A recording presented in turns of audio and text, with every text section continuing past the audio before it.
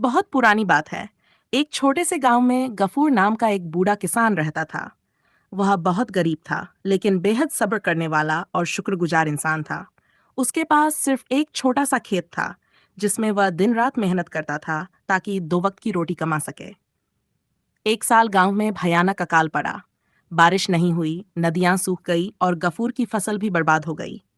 गांव के दूसरे किसान मायूस होकर गांव छोड़कर जाने लगे, लेकिन गफूर ने सब्र का दामन नहीं छोड़ा। वह रोज अपने सूखे खेत में जाता, जमीन को नम करता और अल्लाह से बारिश की दुआ करता। एक दिन जब वह तेज धूप में काम करके थक गया, तो एक पेड़ की छाया में बैठ गया। अचानक उसने देखा कि जमीन से एक छोटा सा पौधा निकल रहा है।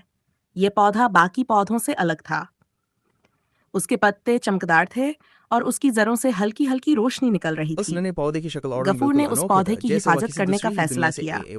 वह रोज दूर से पानी लाकर उसे देता और उसके चारों तरफ बाड़ लगा दी। कुछ दिन बीते और वह पौधा एक बड़ा घना पेड़ बन गया।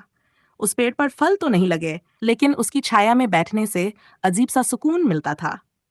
एक रात जब गफूर उस पेड़ के नीचे सो रहा था, उसने एक सपना देखा।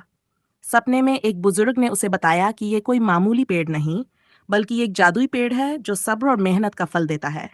बुजुर्ग ने कहा, गफूर, कल सुबह जब तुम उठोगे तो इस पेड़ के नीचे खुदाई करना। सुबह उठकर गफूर ने वैसा ही किया।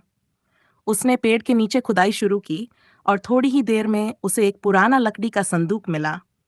गफूर ने डरते डरते संदूक खोला तो उसकी आंखें खुली की खुली रह गईं। संदूक सोने और चांदी के सिक्कों से भरा हुआ था। गफूर की खुशी की कोई हद नहीं रही।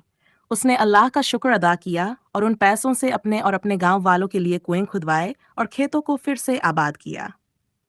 जब अकाल खत्म हुआ और बारिशें शुरू हुईं, तो गफूर का खेत फिर से हरा भरा हो गया। वह अब एक अमीर इंसान था, लेकिन उसने अपनी सादगी और दरियादिली नहीं छोड़ी। वह हमेशा गरीबों और जरूरतमंदों की मदद करता रहा। यह कहानी हमें सिखाती है कि सब्र और मेहनत का फल हमेशा मीठा होता है। अगर हम मुश्किल वक्त में हिम्मत न हारें और अल्लाह पर भरोसा रखें, तो वह हमें जरूर नवाजता है।